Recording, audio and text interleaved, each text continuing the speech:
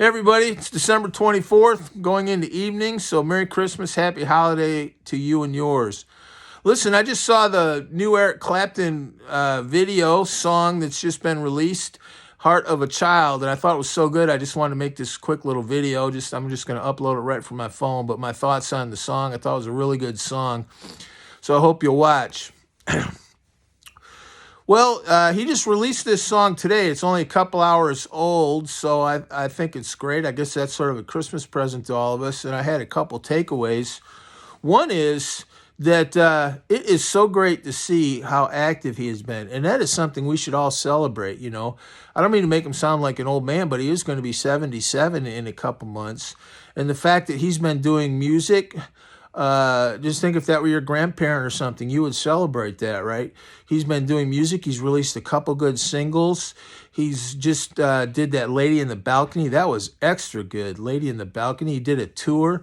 I mean, we should all be celebrating that. That's a model for a lifelong engagement with the world. And, you know, he still plays, he still sings, he keeps active mentally, and he keeps his fingers going. You know, that's important in music. In music, it's use it or lose it.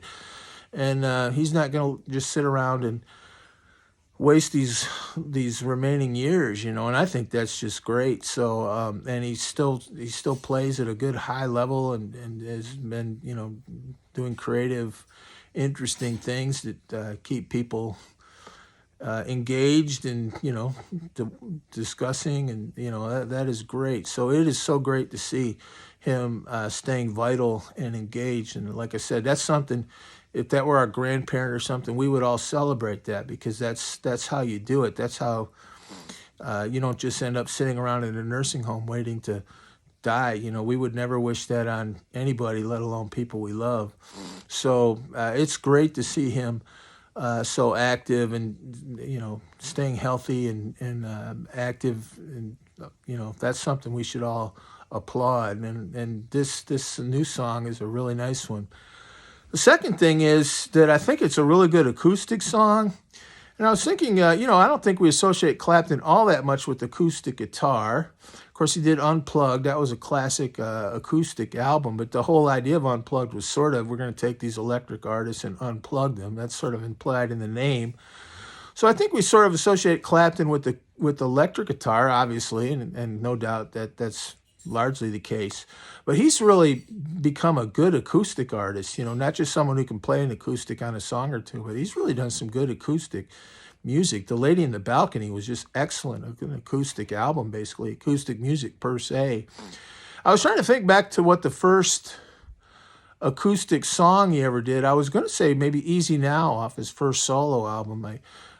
He might have played a little bit of acoustic on Blind Faith on Can't Find My Way Home, but that might have also been Stevie Winwood, and he played electric. So he hasn't played all that much acoustic, although in a solo career right away on 461 Ocean Boulevard, you had Let It Grow, which was kind of an acoustic-based song, or Give Me Strength, Please Be With Me.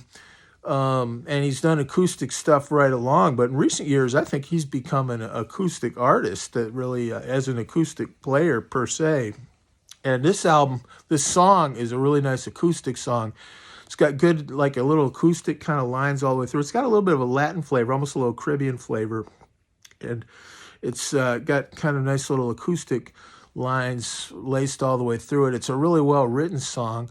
I didn't try to figure out the chord structure, but it's one of those chord structures that it doesn't sound contrived and it doesn't hit you in the face. It's subtle, but there are a lot of kind of melodic surprises and well-crafted transitions and passages in the song. It was really well thought out. The songwriting aspect of it and the chord structure, which was done basically with an acoustic guitar. So it's a really well done song. I think it's a really well done song. It's got Sonny Emery on drums, Nathan East on bass, a couple other guitar players. There's a guy named Danny Santiago. I wasn't too familiar with him. I'm sure he's good because obviously it's a good song. And it was co-written with Robin Minotti, who's an Italian film producer, a friend of Clapton. So definitely a lot of good people surrounding him. But the heart of the song is Clapton singing and playing, and it's just a really good acoustic song. Second thing I wanted to say is it's a good vocal. And I think when we think of Clapton, we always think of guitar and we don't think about voice. And you see him now doing all this stuff. Well, it's because he can sing. If he didn't sing, if he were like Brian May or so many guitar players that don't sing, he wouldn't be playing like this. He'd just be sitting around waiting for a band to come along and join them or something. And the fact that he sings gives him such independence and freedom to keep being vital. And so I was just thinking that when I heard this song, because his voice sounds good. And it reminded me all those years ago, Delaney Bramlett told him he needed to sing and that he had a gift from God. And if he didn't use it, he would lose it. Use it or lose it. That's good advice in anything, certainly in music. And so he started singing on that first Eric Clapton solo album. And pretty reluctantly, and I think he's always said he's a guitar player first, not a singer. But if you think about it, that's got to be one of the most significant moments in his life in music, because all these years he's done so many different things, and the fact that he sings himself makes him an independent artist in a way you don't see with so many other of his contemporaries, no matter how good they are.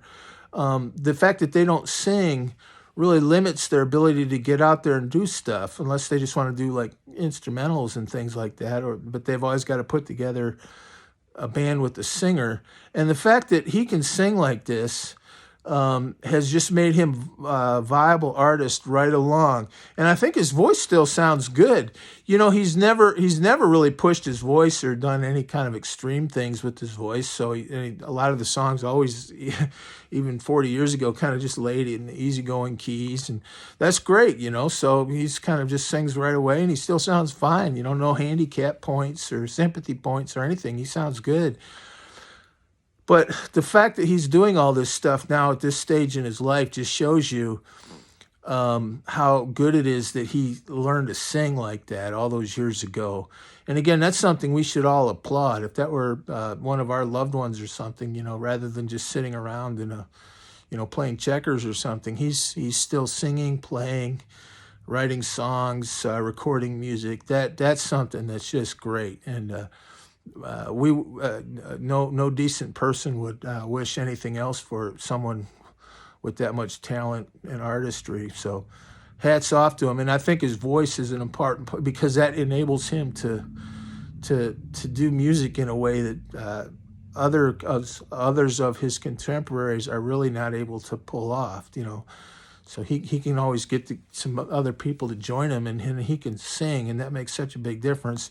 And he can also kind of do what he wants because he sings his own songs. So that's great. So he was reluctant to sing, and I'm sure he might even tell you now he'd rather play guitar than sing. But the fact that he can sing is a really big part of his career, and I don't think a lot of us stop to fully realize how different his career would have been if he didn't sing. I'm just thinking of, I don't want to start naming names of all the great guitar players, a lot of them whom I love, that don't sing, and how that limits them if they're not in a band with the singer. And if they do find a singer, then they've got to kind of adapt to the singer and so on. So the fact that he can play and sing is such a big point. And this song, again, his voice sounds great. The final thing I want to say is the message of the song is really good. Heart of a child, don't break the heart of a child. It's a positive message, but it's also a cautionary message. We never do anything to damage children, and we always sacrifice for children, not the other way around. And don't ever break the heart of a child. We should never do anything that hurts children in any way if we can help it. And that's an obvious point, but it's always one that's good to hear. It's got a nice video that goes with it, and it kind of highlights, it's hard to tell, but almost like a little, you kind of there's a little sort of a young guy in the video. At one point he gets a gun, and you have a sense that maybe he's going down the wrong road of crime and so on.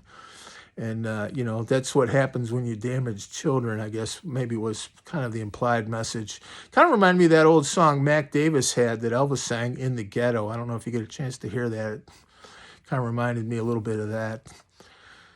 Not the song per se, but the kind of message of it.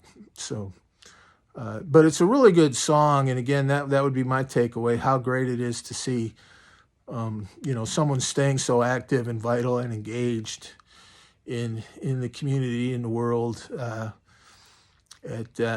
when he could just be sitting around, playing euchre or something with his with retirement home or whatever, or living in luxury, but he's still playing, and that's what you're supposed to do. We should all celebrate that. Obviously, needless to say, people who are decent people would celebrate that, no doubt, because that's what we should all do as we move on through life, is stay active, stay engaged physically, mentally, spiritually, and creatively. And that's what it's all about. So I applaud him. And I think that's a lesson for us all, a model for us all to follow. But this is a good song, and it's just one of so many. And, you just look at all the things he's done, and you pick any one, and they're always good, But this is another one. It'll go into the list of the things he's done in his life that are worth noting. Thanks. God bless. Happy holidays. Merry Christmas.